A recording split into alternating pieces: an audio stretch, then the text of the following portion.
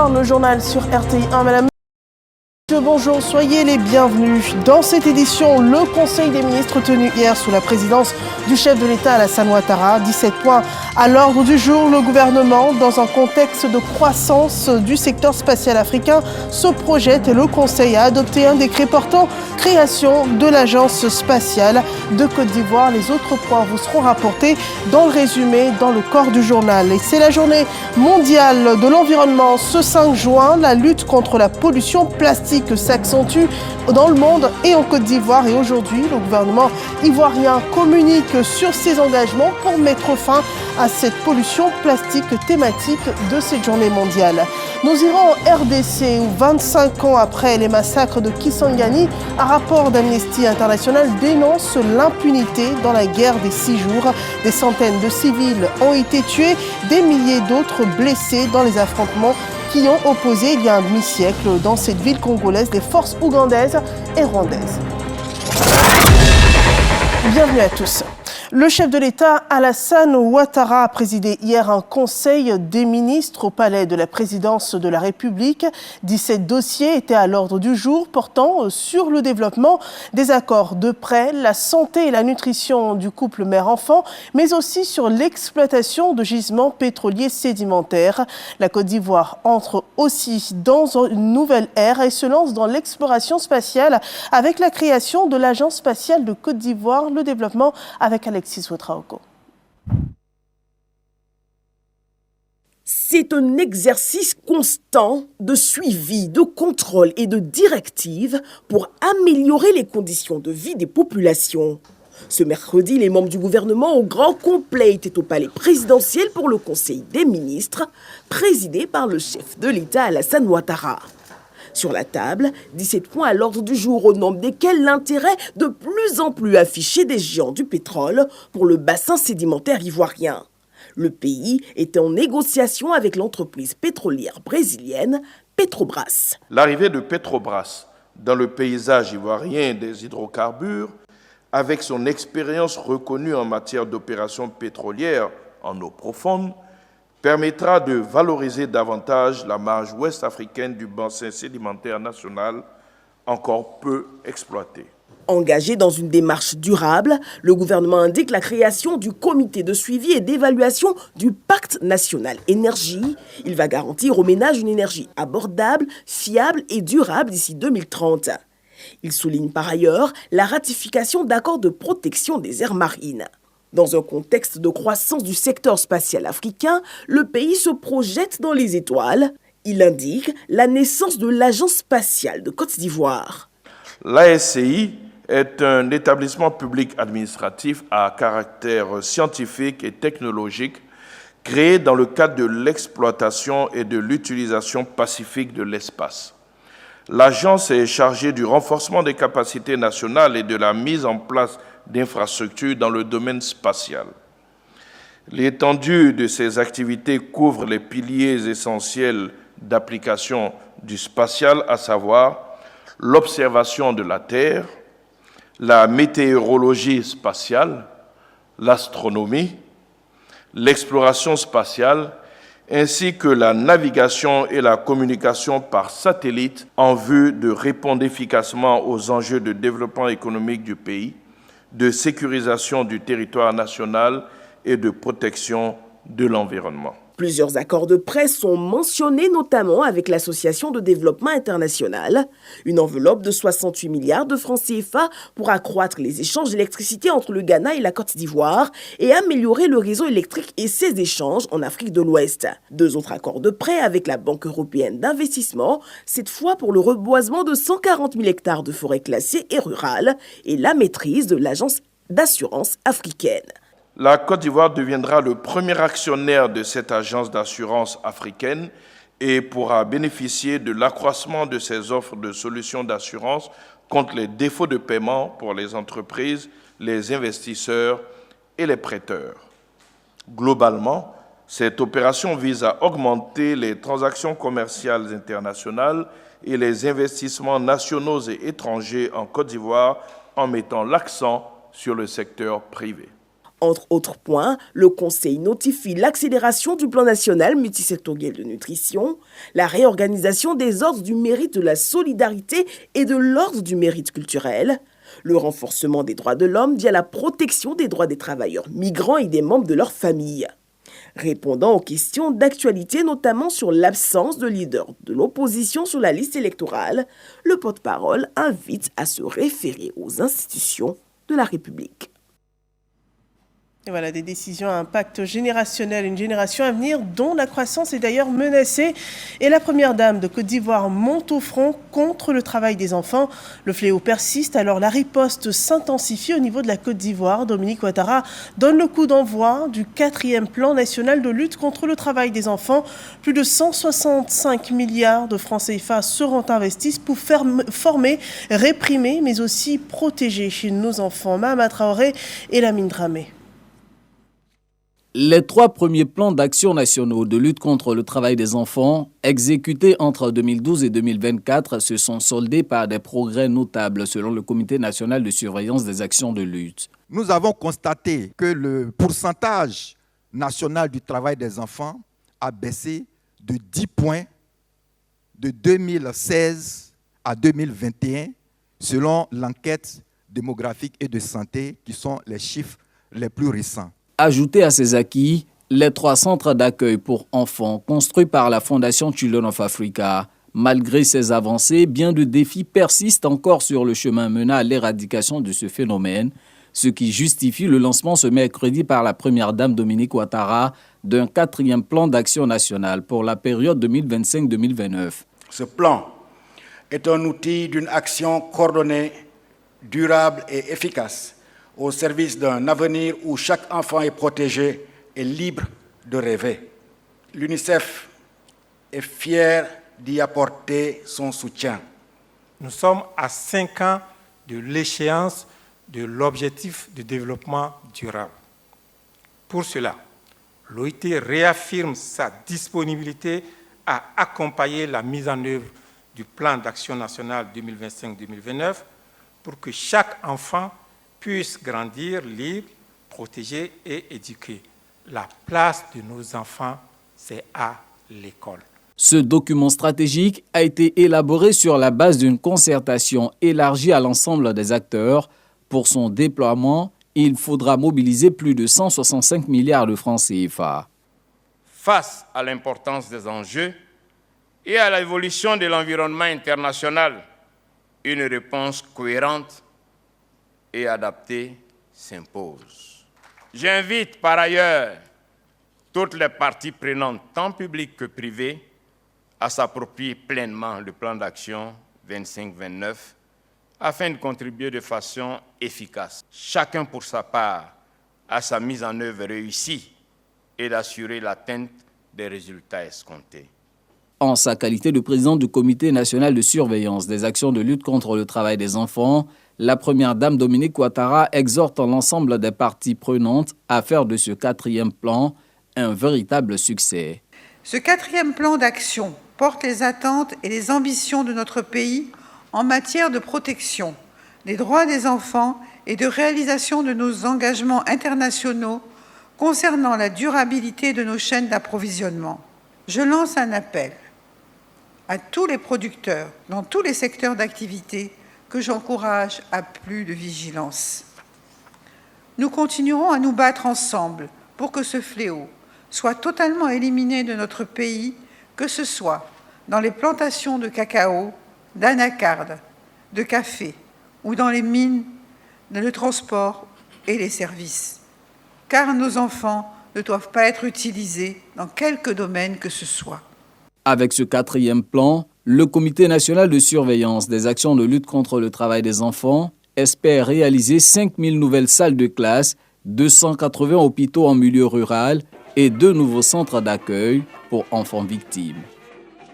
Et la Côte d'Ivoire est également sur le front de la promotion du genre et ses acquis se lisent jusqu'au Kosovo, en Europe du Sud, à Pristina, la capitale.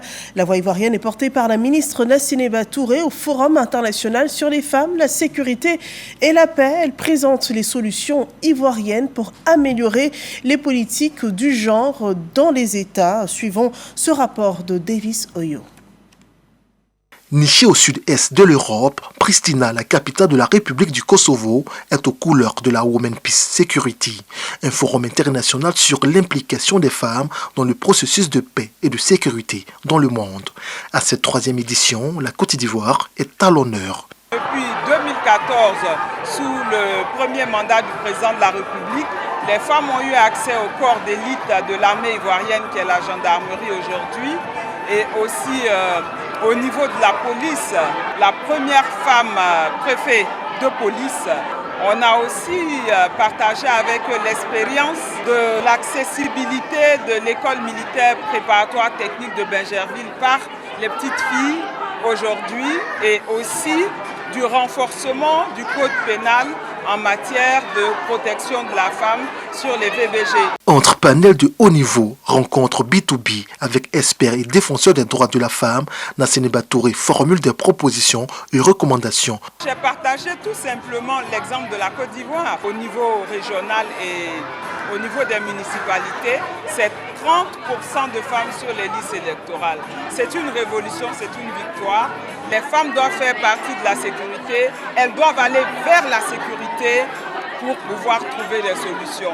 Et c'est le cas en Côte d'Ivoire avec les 89 plateformes de lutte contre les VBG et la présence des bureaux genre dans tous les commissariats de police et à la gendarmerie. Autant de propositions qui séduisent participants et en particulier la présidente de la République du Kosovo. Je remercie la Côte d'Ivoire pour sa participation à ce forum international. Cette participation de la Côte d'Ivoire démontre l'engagement de ce pays pour la promotion du genre. En outre, avec toutes les actions menées en Côte d'Ivoire en faveur des femmes et les propositions faites par la ministre en charge de la femme, montre que la Côte d'Ivoire est un bon élève dans la lutte contre les discriminations à l'égard des filles et des femmes et qu'elle doit être félicitée et encouragée. La Côte d'Ivoire, championne d'Afrique du genre, vient encore de glaner des points à ce 3e forum international sur l'implication des femmes dans le processus de paix et de sécurité dans le monde. Et sur cette même dynamique d'engagement en faveur des jeunes femmes, des initiatives se démarquent, notamment celle de l'ONG Aviance IHS. Elle enseigne aux jeunes filles les bases du leadership, un atelier pour booster la confiance, mais aussi définir les ambitions. C'est tenu récemment et a défini les moyens d'y arriver. Nadège Kassi et Marie-Chantal Akanda. Encourager les jeunes filles à relever leur potentiel, c'est le pari de l'ONG Avance EHS. À travers un atelier dédié au leadership, les participantes ont pu explorer les fondamentaux de cette qualité essentielle. Très satisfaite, d'autant plus qu'elle nous a permis de viser encore haut, d'avoir de meilleurs objectifs que ceux qu'on s'était déjà fixés, de savoir que rien ne pourra nous arrêter tant que nous avons la volonté d'aller plus loin. Ces différentes conférences nous ont permis d'avoir plus confiance en nous et nous ont aidé à savoir qu'on peut réaliser tout ce qu'on peut concevoir dans nos esprits. L'ambassadeur de l'Inde en Côte d'Ivoire salue l'initiative et apporte son soutien à l'engagement en faveur des jeunes filles. De son côté, la fondatrice de l'ONG met en avant l'impact durable de ces rencontres sur l'estime de soi et l'avenir des participantes. Aujourd'hui, nous avons 60 jeunes femmes de différentes universités. Nous allons aborder pas mal de sujets. Dans le panel aujourd'hui, nous avons un panel qui se base sur 3 sous-thèmes. Les challenges socio-économiques qu'on peut avoir dans la société, qui peuvent être l'accès à l'éducation, dans certains endroits aussi le mariage au bas âge et aussi la pauvreté aussi qui joue un plus dans la société. À travers cet atelier, l'ONG ambitionne de contribuer à l'épanouissement personnel et social des jeunes filles afin de favoriser leur engagement actif dans la vie communautaire. Et cette information à présent, le ministre de l'Emploi et de la Protection sociale porte à la connaissance des populations vivant en Côte d'Ivoire qu'en application du décret numéro 2011-371 du 4 novembre 2011 modifiant et complétant l'article 2 du décret numéro 96-205 du 7 mars 1996 déterminant la liste et le régime des jours fériés le vendredi 6 juin 2025, jour de la fête de Tabaski. Aïd el-Kébir est déclaré férié et chômé sur toute l'étendue du territoire national. Par ailleurs, pour les signataires de la convention collective interprofessionnelle et conformément aux dispositions de l'article 64 de la dite convention, le jour de la fête de la Tabaski, Aïd el-Kébir est déclaré jour férié, chômé et payé. Et les couleurs de la Tabaski sont annoncées sur le parc à bétail d'Anyama où on se croirait à une véritable foire du mouton tant les enclos sont pleins de bêtes. Un pari réussi pour les autorités ivoiriennes. Suivons ce constat de Serge Coléa. Les parcs à bétail font le plein. Les consommateurs n'ont aucun souci à se faire. La foire de la Tabaski en est la parfaite illustration selon le district autonome d'Abidjan et le ministère des Ressources animales et halieutiques. On voudrait rassurer la population qu'aujourd'hui nous avons du bétail. Et donc la spéculation de la rareté sur le marché ne devrait pas être, puisqu'aujourd'hui nous avons, avec le concours de toutes les interprofessions, approvisionné les marchés. Et en cela, dire merci au ministre, gouverneur, qui a ouvert pas mal d'endroits, c'est-à-dire ici, et le site d'Adjamé, il y a 2 sites à Adjamé, et à Tekoubé, Port-Boué et Cocody-Yopouon, pour que les bêtes soient proches de la population. Les acteurs de la filière disent avoir pris toutes les dispositions pour satisfaire à la forte demande. De l'avis des responsables, les prix ne souffrent d'aucune surenchère. Il y a tous les prix, 100 000 à 150 à 200, à 300 à 400 000. Tout le musulman paye c'était des moutons. Et ceux qui n'ont pas vu à payer aussi moutons, ils peuvent payer des baies. Les baies sont venus beaucoup aussi. Le nouveau parc à bétail d'Anyama est le cadre choisi pour abriter la traditionnelle foire de la Tabaski. Voilà une fête religieuse qui se mue en foire commerciale et les ambitions sont grandes et sont bien nourries par cette Tabaski dans la ville de Bouaké. C'est une aubaine pour les petits commerçants qu'ils soient vendeurs de moutons, de tissus ou même de légumes et d'épices.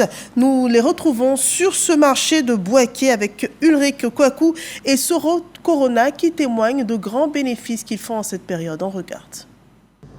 La fête de la Tabaski, de son aspect religieux, est aussi une période de forte activité commerciale. Entre la vente de gros ruminants, en l'occurrence les bœufs, ou d'autres types de bêtes, on note aussi des activités connexes. Au marché des bétails de Bouaké, Koulibaly Bakari vend des cordes servant à attacher les bêtes après achat. Une activité rentable pour lui dans cette période. Je vends une corde à 500. Mes profits varient. Je gagne souvent 2000 ou 3000 francs par jour. Mais dans cette période, je vends au moins 10 cordes par jour. Non loin de Koulibaly, Traoré propose de la nourriture de bétail, un business lucratif. Je suis venu acheter de l'herbe. Mon travail ne me permet pas d'aller couper l'herbe. Puisque je n'ai pas le temps, j'achète 3 sacs par jour. Ça fait 7 ans actuellement. Son équivalent d'herbe aussi. Je peux gagner 12 000, souvent 10 000. Deux activités telles que le toilettage des animaux, la livraison à domicile des commandes et bien d'autres activités sont visibles. On lave les moutons à 500. Dans les périodes de Tabaski, ça marche très bien. Souvent, on peut laver 10, 15. Les moutons là, ils besoin de l'eau. Il n'a pas moyen pour déplacer pour aller chercher. Comme il y a 3 roues, moi je vais aller payer l'eau pour venir vendre les gens qui vendent moutons. La fête de Tabaski, hormis son aspect religieux, est un moteur économique. Une occasion de réaliser des bons profits. Voilà, les petits commerces de la Tabaski en cette veille de la fête de l'Aïd el-Kébir. Ce jour est jour d'Arafat pour la communauté musulmane. On jeûne et on prie ce 5 juin pour implorer grâce et miséricorde. C'est le jour durant lequel sont expiés les péchés de l'année précédente et de l'année suivante. Un effort discret qui ne concerne pas les pèlerins de la Mecque. Leur mission à eux ce jour-là, c'est de prier et vivre pleinement la station au mont Arafat. Un moment intense du Hajj que nous font vivre à Walter Amadou Ouattara et Baba Diakité. 9e jour du Dhul Hijjah, le dernier mois du calendrier islamique, le jour d'Arafat est considéré comme le jour le plus important du pèlerinage à la Mecque. C'est à partir d'ici que le pèlerin va savoir qu'il est vraiment un invité de Dieu et que son pèlerinage a été exaucé. Ici est un lieu de rassemblement qui nous rappelle l'au-delà. Ça rappelle le pèlerin que la façon dont nous sommes réunis ici, nous serons réunis aussi comme ça le jour de la résurrection. C'est aussi un jour de pardon pour les péchés et de grâce divine. Des recommandations sont faites à l'égard des musulmans qui ne sont pas en pèlerinage. Le jour d'Arafat est le jour qui plaît le plus à Allah subhanahu wa ta'ala. Et donc, celui qui est abidjan devra jeûner et il devra faire des invocations. Ce jeûne-là va lui effacer les péchés de 2 ans. Maintenant, celui qui est sur la terre d'Arafat, c'est pour accomplir son pèlerinage, mais il doit meubler son temps avec les invocations jusqu'au coucher du soleil. Mais aussi prier pour la nation.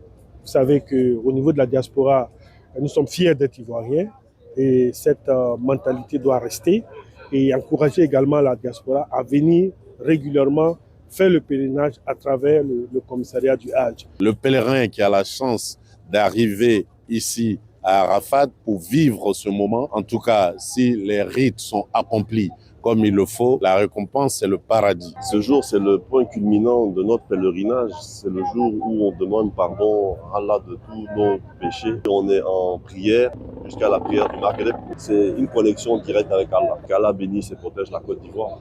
Dès l'aube, en grand nombre, les pèlerins étaient déjà en mouvement à Arafat pour s'acquitter du rituel de la station. Et on pourrait bien implorer aussi la miséricorde divine pour la planète. Elle souffre de la pollution plastique. 400 millions de tonnes sont produites par an. Moins de 10% sont recyclés. Et ce 5 juin, c'est la journée mondiale de l'environnement. La planète y accorde un accent particulier, le temps d'agir. Et le gouvernement ivoirien donne sa position. Grâce Kando. Plus de 400 millions de tonnes de plastique sont produites chaque année dans le monde et moins de 10% sont recyclés. La Journée mondiale de l'environnement, célébrée chaque 5 juin, offre l'occasion de tirer la sonnette d'alarme. Pour cette édition 2025, le thème retenu, mettre fin à la pollution plastique, sonne comme un rappel pressant à l'action. Il met en lumière l'urgence de réduire, collecter et recycler les déchets plastiques afin de bâtir une économie circulaire et durable. La Côte d'Ivoire n'est pas épargnée. Cette pollution altère nos écosystèmes, freine notre développement économique, fragilise notre sécurité alimentaire, menace notre culture et compromet les droits des générations présentes et futures. Face à cette situation, le ministre de l'Environnement, du Développement durable et de la Transition écologique appelle à une synergie d'action. Nous devons combler un vide juridique préoccupant consistant à la mise en place d'un instrument global, juridiquement contraignant, qui régule encore les déchets plastiques marins. C'est pourquoi la Côte d'Ivoire soutient fermement l'élaboration d'un accord international ambitieux pour enrayer cette crise planétaire. Nous devons reconnaître le rôle qu'a joué le plastique dans nos sociétés modernes, mais il est désormais temps de passer à des alternatives durables. Mettre fin à la pollution plastique, c'est repenser notre rapport au plastique en réduisant les produits à usage unique, en innovant pour concevoir des emballages durables, en favorisant le recyclage et la réutilisation à grande échelle. Le ministre de l'Environnement, du Développement durable et de la Transition écologique appelle à un changement de comportement. Pour le ministre Jacques Assaouré-Conan, la production mondiale de plastique pourrait doubler d'ici 2040 et les déchets plastiques déversés dans les océans tripler si rien n'est fait. Et voilà, préserver la nature commence chez nous. Le projet de classement des forêts d'Ekpa est lancé à Divo. Il s'agira de protéger aujourd'hui pour demain. Ces forêts auront le statut de réserve naturelle volontaire, un projet du groupe LIDE, soutenu par l'État ivoirien, des chercheurs, mais aussi des communautés locales. Godefroy Kambawa. Les forêts communautaires d'Ekpa 1 et 2, situées dans le périmètre de la mine d'Agbaou, dans le département de Divo, s'étendent sur près de 30 hectares.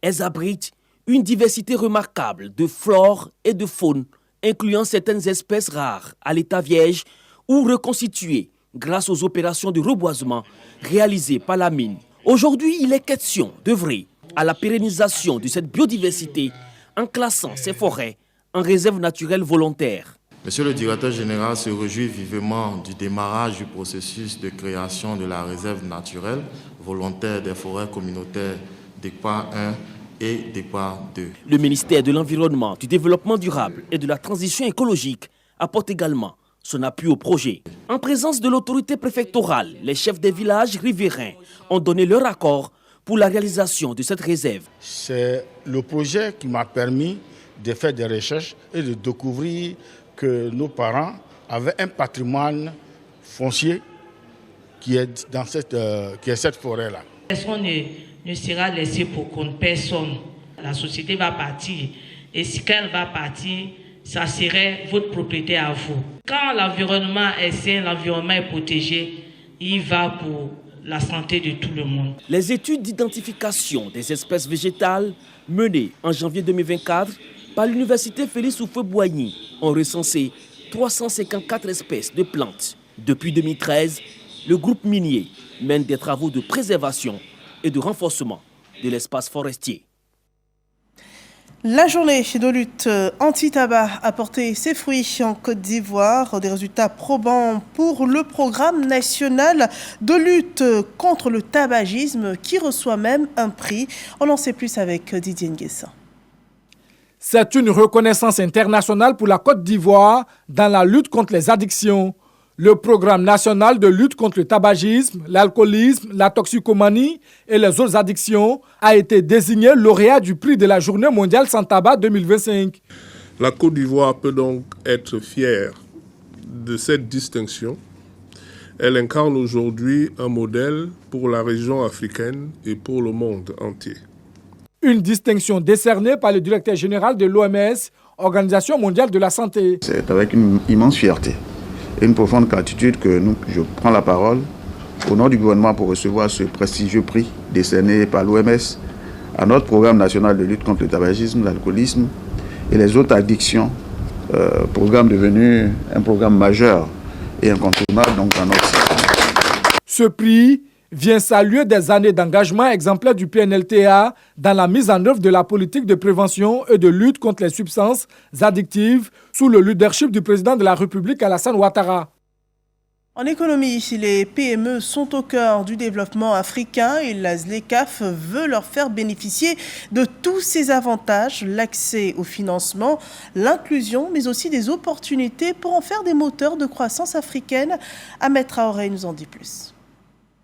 Plaidoyer pour le financement des petites et moyennes entreprises, en particulier celles dirigées par des femmes et des jeunes. C'est le cri de cœur de Massongbe Diabaté Touré lors du forum d'affaires African Business Roundtable ZLECAf. Au cours de cette rencontre qui s'est tenue en marge des assemblées annuelles de la Banque africaine de développement, il a été question de mettre en lumière le secteur privé, moteur de la croissance économique, et confrontés à des obstacles importants. La plupart du temps, les PME ne sont pas les bienvenus dans les banques commerciales et aujourd'hui encore dans les banques de développement. Mais où ils vont s'adresser? Il faut bien une passerelle, il faut bien un interlocuteur. Et nous disons que nous sommes mieux placés pour mieux répondre à leurs préoccupations. Sinon, comment ils vont bénéficier du développement? Aujourd'hui, c'est un nouveau départ. Et nous voulons que les résolutions qui sortiront de ce forum soient appliquées. Et nous attendons beaucoup de ces résolutions-là. Briser les barrières, construire des ponts, renforcer les capacités du secteur privés afin de maximiser la ZLECAf pour le commerce et l'investissement intra-africain est le thème retenu pour ce forum. Il se donne pour objectif de simplifier la réglementation pour l'expansion des entreprises transfrontalières. On ne parle pas de croissance, mais de réduction de risque de catastrophe. Midi Rassouba développe ce sujet. Promouvoir la richesse culturelle et les savoir-faire du Zonzon, c'est l'ambition affichée par la semaine du Kroubi, attendue du 12 au 14 juin à Bondoukou. 3 jours d'activités culturelles, économiques et éducatives pour faire découvrir les richesses de la région et encourager la transmission des traditions. Pour Issoufou Ouattara, commissaire général de l'événement, cette initiative dépasse le cadre festif. La spécificité de Bondoukou, c'est que ça se passe sur des échafaudages en bois. Depuis l'année dernière, nous avons voulu prendre du fer pour en faire et cette année, ça a été cette trouvaille-là pour notre contribution à l'agroécologie et les problèmes d'environnement. Et nous avons cette année la communauté Baoulé, qui est donc la communauté invitée d'honneur. Cette 9e édition se déroulera autour du thème « Notre diversité culturelle, socle du développement durable et de la cohésion sociale ». À l'origine, dans cette initiative dédiée aux jeunes filles, le Kroubi a su évoluer sans renier ses racines. Depuis 2017, la manifestation intègre une dimension économique pour lutter contre les zones rurales et encourager l'insertion des jeunes.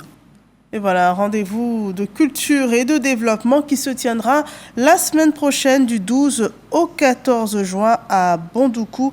Le Kroubi, un événement qui exposera toutes les richesses culturelles du Zanzan. L'actualité en RDC, 25 ans après les massacres de Kisangani, un rapport d'Amnesty International dénonce l'impunité dans cette guerre de 6 jours qui commençait il y a donc un quart de siècle dans cette ville du nord-est de la RDC. Des centaines de civils ont été tués, des milliers d'autres blessés dans des affrontements qui ont opposé dans cette ville congolaise les forces ougandaises et rwandaises.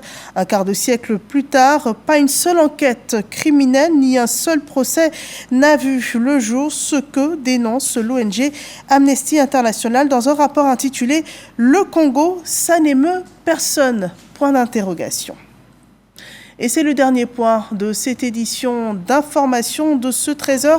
Avant de refermer ce journal, restons attentifs. Le ciel est couvert, vigilance jaune et prudence donc quant au risque face aux pluies modérées. Et pour finir, je voudrais vous rappeler cette pensée du père fondateur de la Côte d'Ivoire, Félix Houphouët-Boigny, qui disait « Il n'y a de développement sans discipline ». Je vous souhaite un bel après-midi sur RTI 1 et à 20h, retrouvez Marie-Laure Gourand pour une autre édition d'information.